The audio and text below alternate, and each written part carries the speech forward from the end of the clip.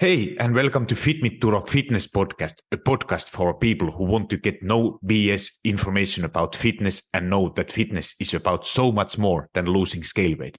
It's about feeling confident in your skin and empowered in your life. I'm your host, Turo Virta, personal trainer, strength and nutrition coach, and most of all, a husband of my beautiful wife, Miriam. Each week, my guests and me will give you some no BS fitness tips and motivate you to take action in your own personal fitness journey as we talk about nutrition, exercise, mindset, personal development, and executing in life with enjoyable but still effective strategies. If your goal is to look better, feel and be strong and experience transformation from inside out, you, my friend, are in the right place. Thank you for jumping in, and now let's jump into today's episode.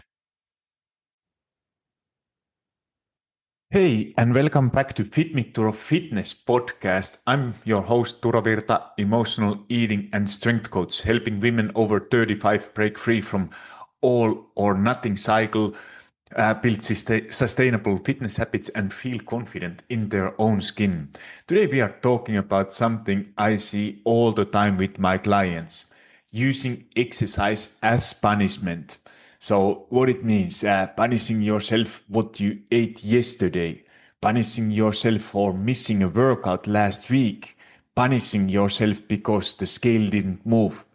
And I want to show you how to flip that script to move from punishment to power, so exercise becomes something you actually look forward to, not something you dread. So let's be honest. So most of us were taught that exercise is a way to burn calories. So a way to make up for food, a way how to earn your food, a way to fix what we don't like about our bodies. And if you have ever said to yourself, I need to work off this pizza, or I have to do extra cardio because I missed yesterday, or if you say that I need to earn my calories so I can eat later more, you are not alone. Because this is a mindset that comes from diet culture and decades of fitness marketing that equates worth with weight loss. But here is the problem. When exercise is punishment, it's tied to guilt and shame. And guilt is a terrible long-term motivator. And that is something what I see, like that when I talk with the people, and it's that punishment, feeling guilt about food and exercise, that relationship. It's very, very toxic. And if you think that where is this all coming from, like, because most of the people think that you can't just only with the diet, it's not going to work. You need to exercise. What most people are focusing on is that what comes to mind is that I have to go for a run. I have to do some cardio. I need to burn more calories so I can lose fat, I can lose weight. And that is where often we start to make those bad decisions. And I tell it already now, we go deeper in this topic later in this podcast, but focusing on your burning calories, it's the worst long-term strategy for weight loss. So, but before going into that, I want to talk what actually happens when exercise is punishment. So when you see your workouts as punishment, you will fall into this cycle. So you are overeating or you are skipping a workout. After that, obviously you feel guilty. And what you are going to do when you feel guilty, you are most likely going to do an extreme workout to make up for it. So you are thinking that now I was overeating, I wasn't good, and or I was bad, so I need to punish myself. What is happening when you are starting to do these extreme workouts, like going for a run? If you have overweight, you have never been running, maybe you are not even able to run, but you think that somewhere you have seen that running is a great way to do it, and you go for a run. or you do some other extreme workouts, which obviously you will feel exhausted after if you are able to do it. And most likely in the beginning, you are still able to do it. But what happens? You are going to burn out, you are going to get injured. And that is not only matter of if, it's matter of time. And sooner than not, you will start to recognize that, oh, I thought that I need to be running to be able to lose weight. In the beginning, when you have that motivation, you are maybe able to do these things or do some extreme workouts. But at some point, often sooner than later, you will start to feel like that. Oh, I start to feel a little bit pain there. Achilles, it's not good for my knees. It's not good for my ankles. I really don't enjoy doing it, or maybe you even enjoy it in the beginning, but what often it's leading, then you are stopping exercising altogether, and the guilt comes back, and often that guilt comes back even stronger. So that is that all or nothing trap I talk about so often. And here is the kicker. Exercise as punishment doesn't just hurt your consistency. It makes you miss out on all other benefits of movement, like better mood, better sleep, stronger bones, and improved metabolism. So these are just consequences when you use exercise as a punishment. So now I want to offer you just a different approach, and just shifting your mindset, shifting the goal from getting from smaller to stronger. And this was the full episode what I recorded recently. And if you want to learn more about this mindset shift, check out my episode. It's called Strong, Not Smaller, Redefining Fitness Goals for Women Over 40. So it's in that episode, and today I go a little bit back on that topic, and it's a one of the most powerful mindset shifts I see with women over 40. It is the sentence what you need to repeat for yourself, or ask from yourself, that what if I exercised to get stronger, not smaller?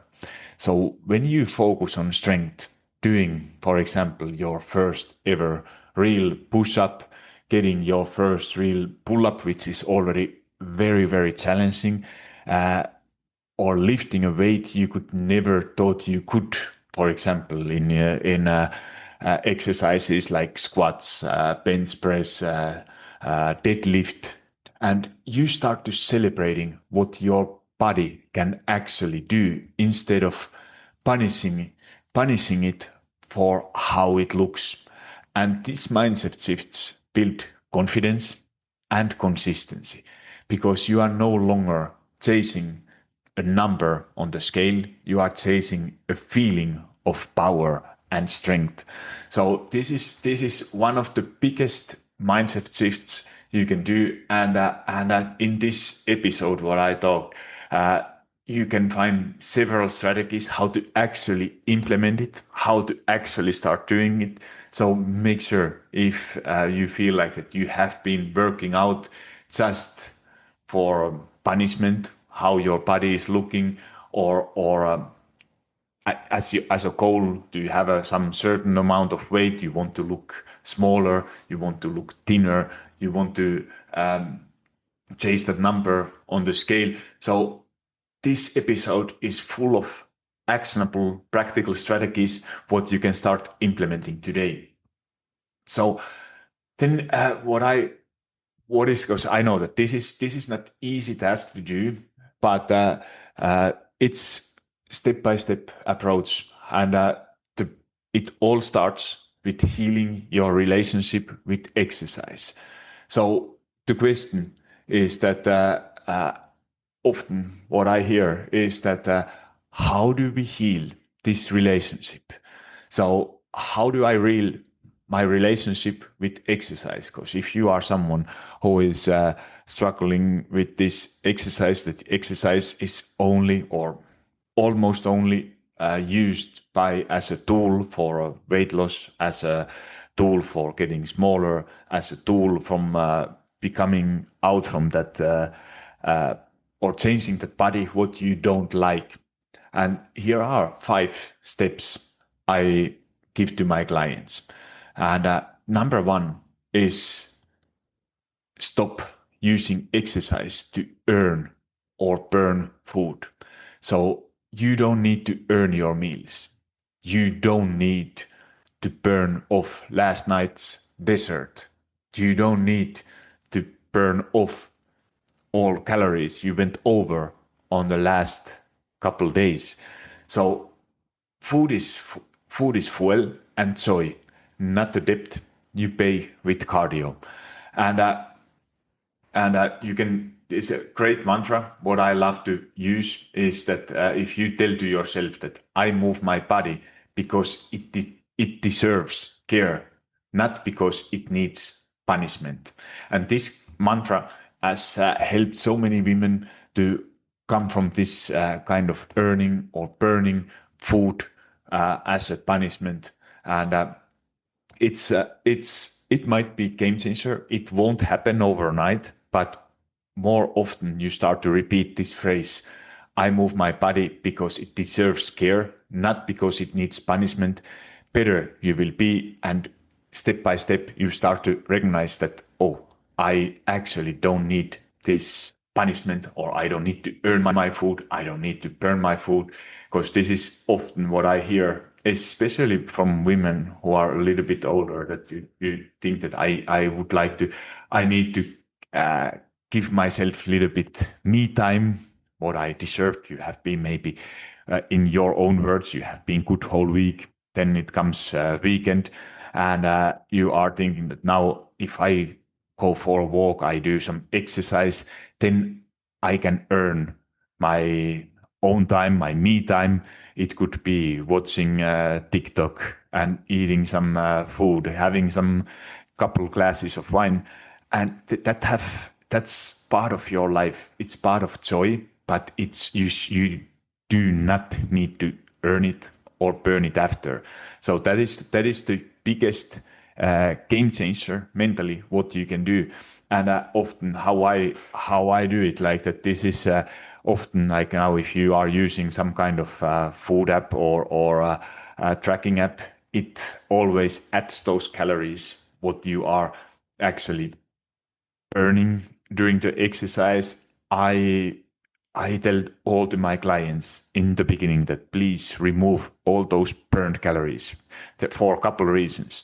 Because number 1, they are very inaccurate. So there are actually recent studies that show that on average they are overestimating with 50%. So if you think that you were doing some great 30-minute, 45-minute workout and you burned 400, 500 calories during this exercise, the honest truth is that it most likely it is half from that amount. So it's not going to be.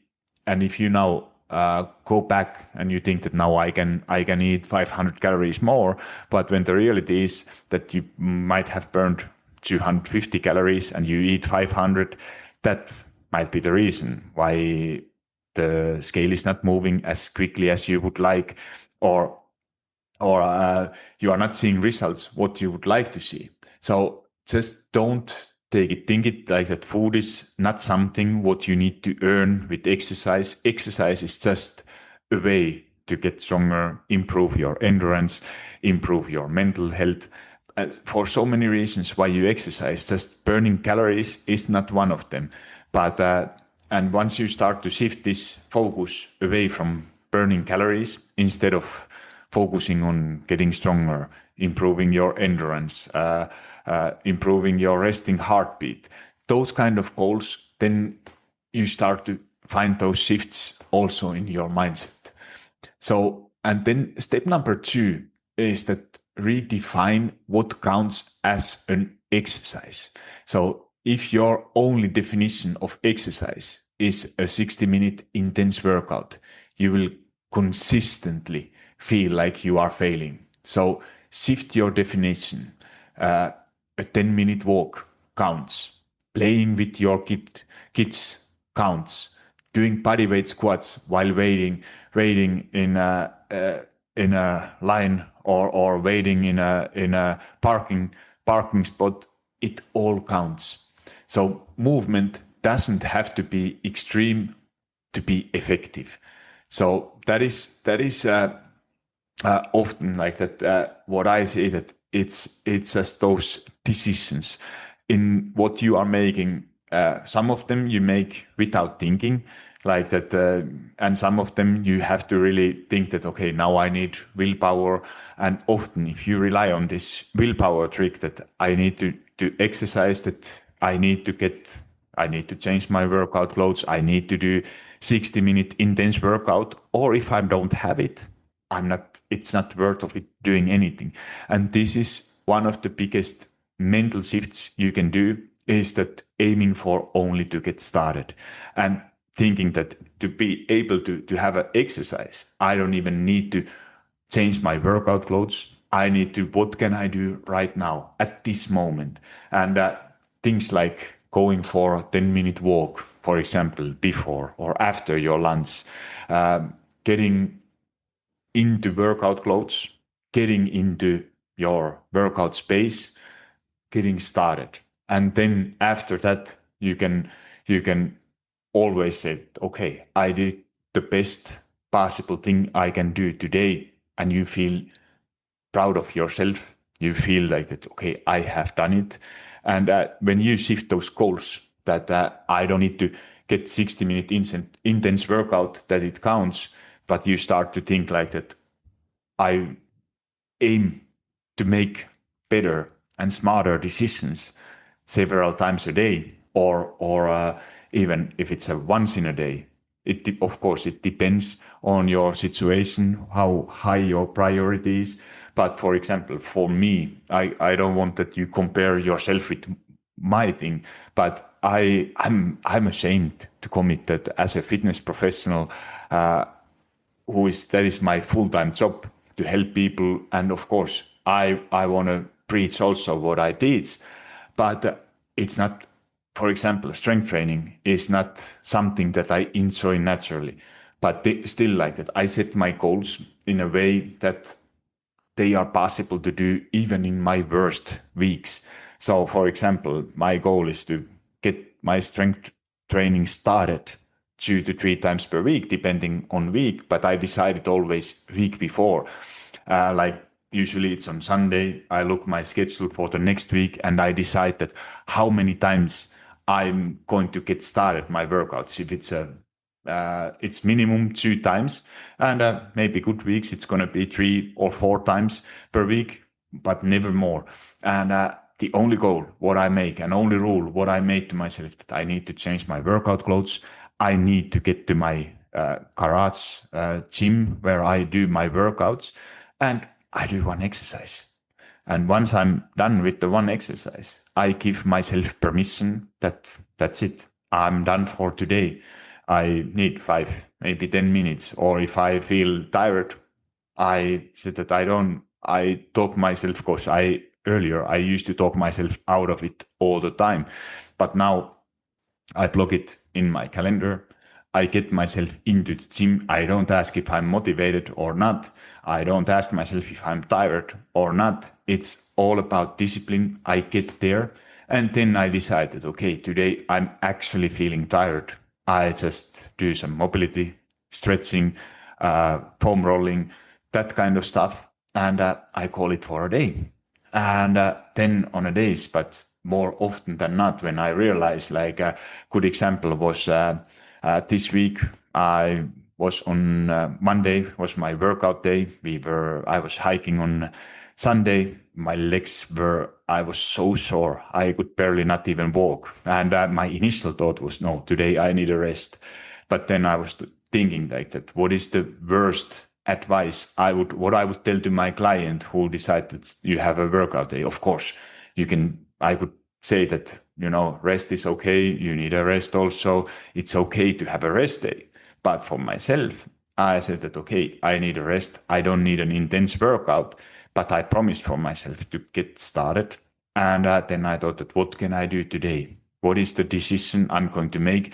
I still went to the gym. I started with the just mobility stuff, what actually helps improving. I did some foam rolling, and I started to realize that, okay, now I don't feel actually that sore anymore. I feel so much better already. It helps my recovery. Instead of being 3 days sore, I might be only 1 day sore or 2 days. And so it helps, first of all, to recover faster when you keep moving. And then I was thinking, okay, actually, my upper body, it's not that hard or it's not that sore. So I can do something for my upper body. So then I added some upper body strength mobility exercises. So it was and in the end, I got 40-minute workout in, which was mostly foam rolling, mobility stuff, what I usually would skip because that is just my old stupid mindset. It's not stupid. Even it's an important thing, but it's also for myself. I struggle to do these things, what I know that I would need to be doing, but it's just that I haven't been very good at implementing it. But now I thought about this is the perfect opportunity to do actually those things what I would rather skip than actually plan to do. So this is what you can count as an exercise, and the exercise don't need to be always intense. It can be something. So there's always something you can do. And this applies not only for exercise, but only for dieting. It could be if you think that you have your me time planned in your calendar. If it's not a workout, use that time for planning your foods, creating shop lists, looking new recipes, drinking water, or planning your water intake, how you are going to actually do it. So there are so many ways how you can actually implement it. And then tip number 3 and step number 3 is to focus on how you want to feel, not just how you look. So ask yourself these questions. Do I want more energy? Do I want less joint pain? Do I want to be able to hike without stopping? And when you train for feelings, energy, confidence, independence, you stick with it longer. So if I think how I have implement this, like that this is my main goal. What is my goal? I don't want to have a pain. I want to be able to move pain free. And for that, I know that I need to do consistently my mobility training, my stretching, and foam rolling, and how I do it. Even like I said earlier, I struggle to actually implement full workouts of mobility, but how I implement it, I do it as part of my warm up, part of my cool down, and it's mobility is not something what I plan to do that I do only mobility workout like most of the weeks, but I implement these things into my workout routines what I'm already doing. And if I have a goal that I don't want to be stopping when I hike, then that is like so important to have uh, kind of this end goal in your mind, and then thinking like how I can actually implement it in my workouts and why this is important for me. So when you start to focus on uh, those feelings that I want to feel more confidence, more energy, more independence, so that I don't need to be like, for me, seeing my dad getting seriously sick and ill at age of 60. That was like the biggest motivator for me, is that I'm going to do everything I can in my power, that I can say that I have done everything I could, that I don't need to be someone who is just laying in a bed, not able to perform things like walk, eating yourself, and be independent. And that pain is greater than pain actually what it takes to work out. So this is when that pain or fear is greater than pain of actually doing that workout, you have a good chance for success. And that is very, very important if you think that why you are working out. Focus on your feelings, not just how you look. Then step number 4 is a build strength foundation.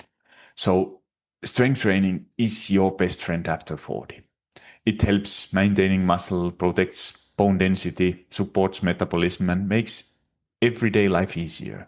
So if you are not already doing some kind of strength or resistance training, start in a simple way. 2 to 3 full body workouts per week, focusing on compound movements like squats, deadlifts, rows, some kind of push movements, and aim for progressive overload. It means that gradually increasing weights or reps over time.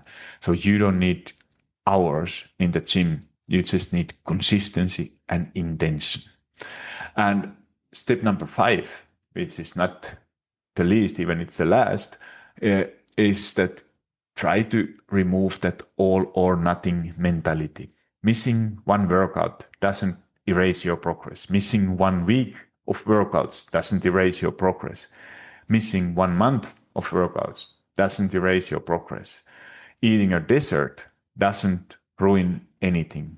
Consistency beats perfection every single time.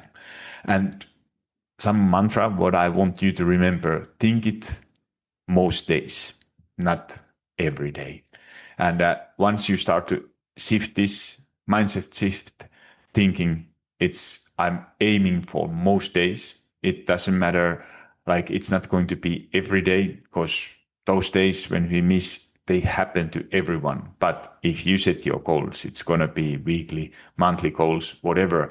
But do not start to miss. Keep promises. That is the biggest mindset shift what I made to myself, because we are very good at talking ourselves out of doing something what you naturally don't enjoy, and myself included. In the past, I was talking myself out of, because of busyness of work or life in general, that this week it's just impossible. But as soon as I started to change this mindset and change my own expectations, like I said, I decided 1 week before on Sunday evening, usually, for the next week goals. And the goals are not anymore to get full workout in. The only goal is to get started. And those kind of shifts, if it's going to be 2 times, if it's going to be 3 times, but just keeping promises, what you actually make to yourself, that is the biggest mindset shift. And if you feel like that you can't keep promises, what you make to yourself, that you are able to keep them, then it's time to lower your own expectations. And because where you get that confidence, you get the confidence when you are actually keeping the words, keeping the promises you make to yourself. And it's not about that amounts, that those amounts, what you should be doing, they are only in your head. So when you move from this punishment to power, you unlock so much more than physical strength. You start to enjoy your workouts more. You stop fearing food and exercise rules. You stay consistent, even when life gets busy. And you build confidence that spills into every area in your life. And this is what sustainable fitness looks like. So if you have been stuck in the cycle of guilt-driven workouts, I hope this episode gives you permission to pause, reset, and start fresh. Ask yourself, what would it look like to treat exercise as a gift, not a punishment?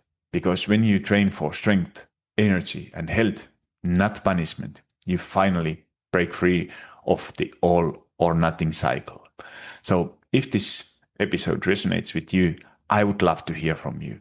Tag me on Instagram at personaltrainer_Turo or leave a review to help other women find the podcast. And if you're ready to rewrite your fitness story and build sustainable plan, check out my coaching options at personaltrainerturo.com. And thank you for listening. And remember, you are not behind. You are just getting started.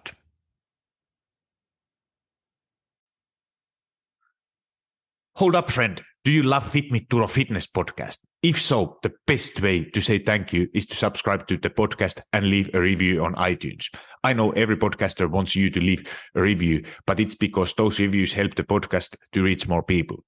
I truly want to know what you think, and if this particular episode resonated with you, would you also please share it? Either send a link to someone who you think will find it valuable, or take a screenshot and post it into your social media and tell your friends and family why they should listen it. Make sure you tag me so I can hear your feedback and give you a little love. And if you aren't already following me on Instagram or TikTok, that's the perfect time to hit that follow button. Thank you for being here and listening to FitMitTuro Fitness Podcast.